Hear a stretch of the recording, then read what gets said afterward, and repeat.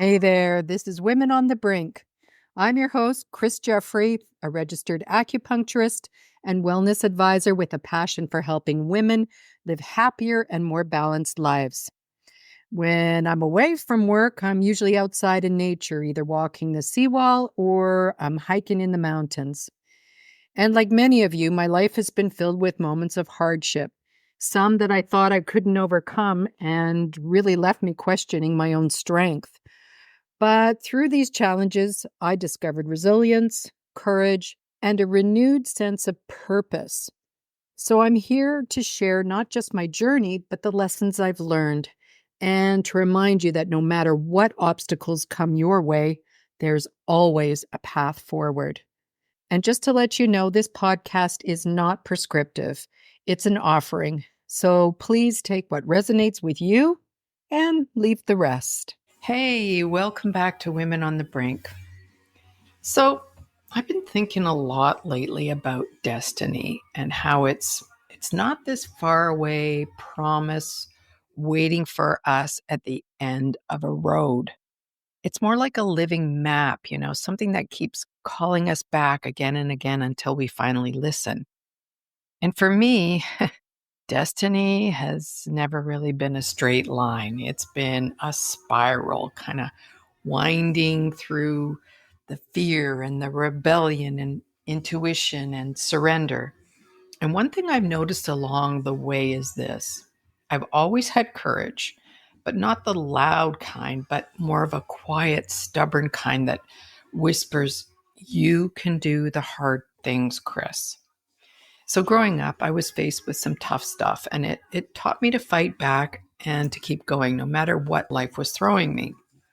And, I've been fortunate. I've lived in Mexico, Australia, the Cayman Islands. I've raised 3 daughters, practiced acupuncture, gone back to school, and created this podcast.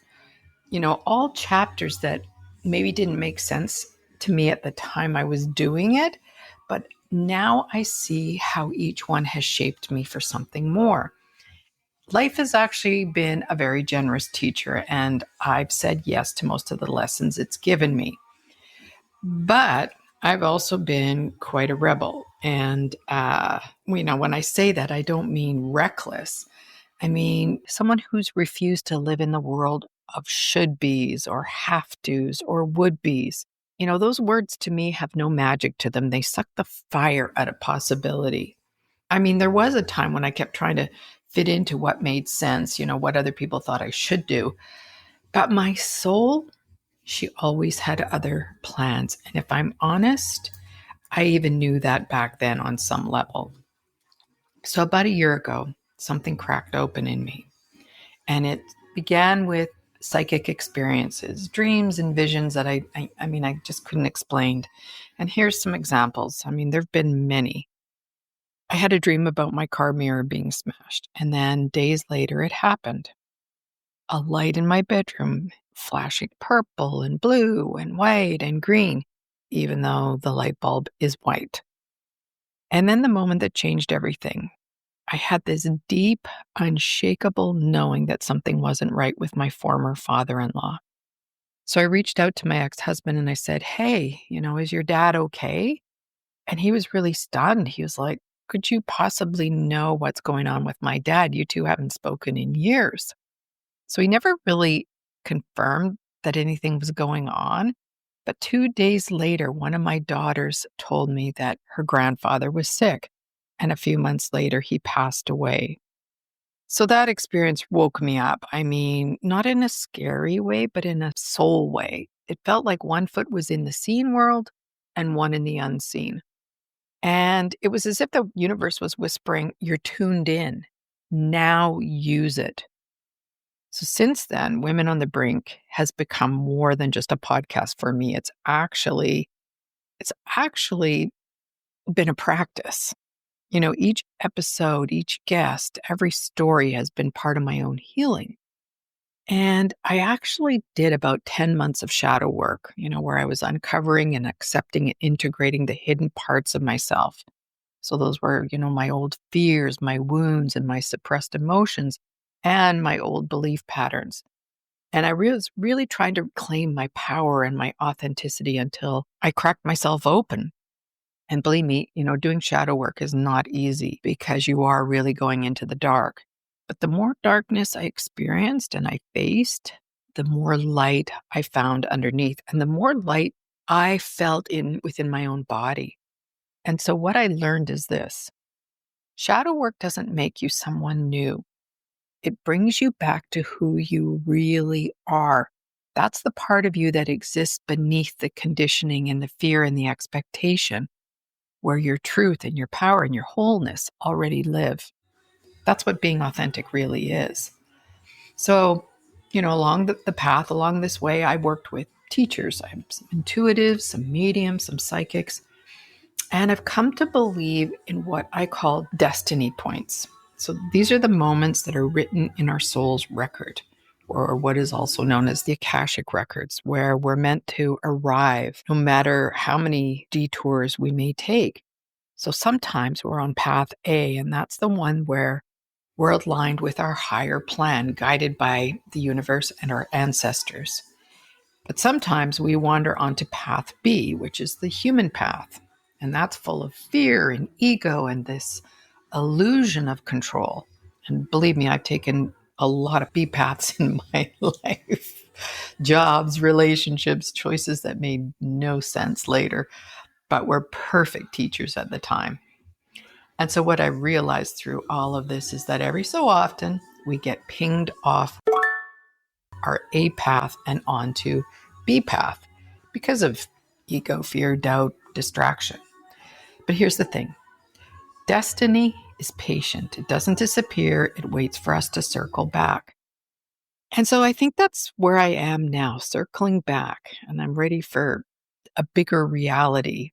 I'm ready for the next point of my soul's map, to be at the right place at the right time for the right reasons. So, since doing this inner work, I have to say the quality of my life has really changed. I have deeper friendships. I have really meaningful moments with my family. And I also have creative freedom in my work. But most of all, I think what I would say is I have peace. Finally, I have peace. So alignment, I've learned, is about trusting the signs. They're always around us, but most of the time we're rushing and distracting or, even sleepwalking while we're awake. And I think I was missing so much of the beauty of this human experience because of that. The universe and its helpers are constantly conspiring on our behalf, trying to guide us toward the next destination point. So when I finally slowed down and paid attention, I realized it's all about timing. The path will reveal itself when we're ready. So if you're listening right now and feeling frustrated or maybe a little lost, maybe you're not off track at all. Maybe you're just on the B path for a little while, learning what your soul needs to know before it's ready to align again. So you might want to try this week. Notice where you're saying, I should do, I have to, or maybe later. And notice how your body feels when you say those words. And then ask yourself, what would happen if I trusted my truth more than my fear? What would happen if I led with the rebel instead? Because the rebel, she's not reckless. She's just done pretending. And she's ready to live her destiny, not someday, but now. So stay with us after this short break. We're going to explore the signs and synchronicities that the universe is mapping out for our next ping. Join us on our website for articles from our podcasts at www.womenonthebrink.net. There you'll find extra tools that can be used to raise self-awareness and build resilience. We want to make this experience as interactive as possible for you Brinkers. So join the forums, introduce yourself, and share your stories. So have you ever noticed when you start paying attention, the universe starts talking back? Like I've noticed there's a lot of signs and synchronicities that kind of weave together to guide us toward our next evolutionary step. And I believe that, life isn't random, it's rhythmic. There's a deeper intelligence at play, one that is constantly arranging people and events and even our emotions to move us where we're meant to be. And some people call it fate. I refer to it as a soul map. And I've been reading this book about ancestral energy, how our ancestors don't just live in our bloodline, but in our energy field. And the author talked about how they continue to guide us, gently orchestrating life events to make sure we grow into who we came here to be. And this idea landed pretty deeply for me. And I closed the book and I asked myself, are my ancestors in the universe actually working on my behalf, creating situations to move me forward on my evolutionary path? And because I like to test things, I asked for a sign. And not just any sign. I decided to choose something random that, couldn't possibly be a coincidence. So I picked giraffes. And I never see giraffes. I don't see them on TV, obviously not in my neighborhood, not even in my social feed. And, for a few days, there was nothing. And then suddenly they started to appear everywhere. A chapter in one of the books I'd been reading, and one I swear I hadn't even noticed before, was completely about giraffes. The wallpaper in a movie I was watching, giraffes. A few days later, I walked into a little boutique and the entire front display was giraffes of every shape and size. And it was like the universe said, okay, you asked, here's your confirmation. Now trust it. And that's when I realized something about synchronicities. They aren't random. They're reflections. They're kind of these echoes of the energy you're putting out there. And they're like these cosmic winks. They happen when your inner world and your outer world start moving and dancing in rhythm, when you're so aligned that the universe can finally show you how connected everything truly is. And so, they're not proof for your logical mind. They're communication for your soul. And they're telling you, you're in tune, keep going. So I'll tell you what happened to me a few weeks ago. I was questioning everything, my work, my direction, whether I was really on the right path. And that day I asked the universe, just show me something, anything, to remind me that I'm not lost. And later, as I was driving, My Own Soul's Warning by the Killers came on the radio. It's a song that I hadn't heard in a long time, but it hit me in a completely new way. And the line that jumped out was, I tried going against my own soul's warning, but in the end, something just didn't feel right. And oh my God, I felt that phrase in my bones. Because that's exactly what it feels like when we step off of path A, when we ignore that whisper inside. And right then it clicked. The synchronicity wasn't just the song, it was the reminder that my soul had been speaking all along. I just been too busy doubting to hear it. And so in that moment, the song, the timing, the feeling, it was all part of the same message. Trust your soul's warning, Chris, even if it doesn't make logical sense, because when you follow that inner knowing, the universe rearranges everything to meet you where you're meant to be. And when we're paying attention to these signs and synchronicities, patterns begin to form, what I like to call the soul map, as I mentioned. And a soul map isn't something we plan out.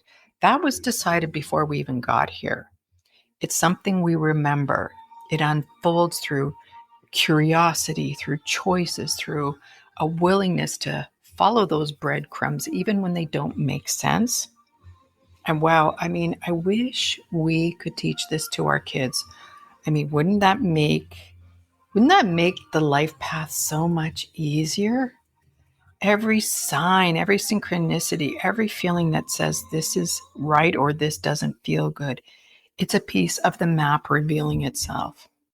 Sometimes that map leads you to new work. Sometimes it leads you back to yourself. And for me, it led me through the wilderness so I could finally eventually trust my own inner compass completely. And this has been one of, if not the biggest lesson of my life so far. So maybe the question isn't, is the universe working for me? Maybe it's, am I open enough to recognize when it is? Because once I started noticing the pattern, once I saw how connected it all is, life stops feeling like a guessing game and starts feeling more like a conversation. And, and for me, that conversation sounds a lot like giraffes. So when I look back now at the signs, the dreams, the whispers, the giraffes, I see none of it was a coincidence. It was actually the universe tracing a path that my soul already knew. The Akashic Records are soul's archive. This isn't some faraway library in the sky. They're written in the texture of our everyday lives, in the people we meet, the choices we make, the moments we surrender, and even in the moments that we resist.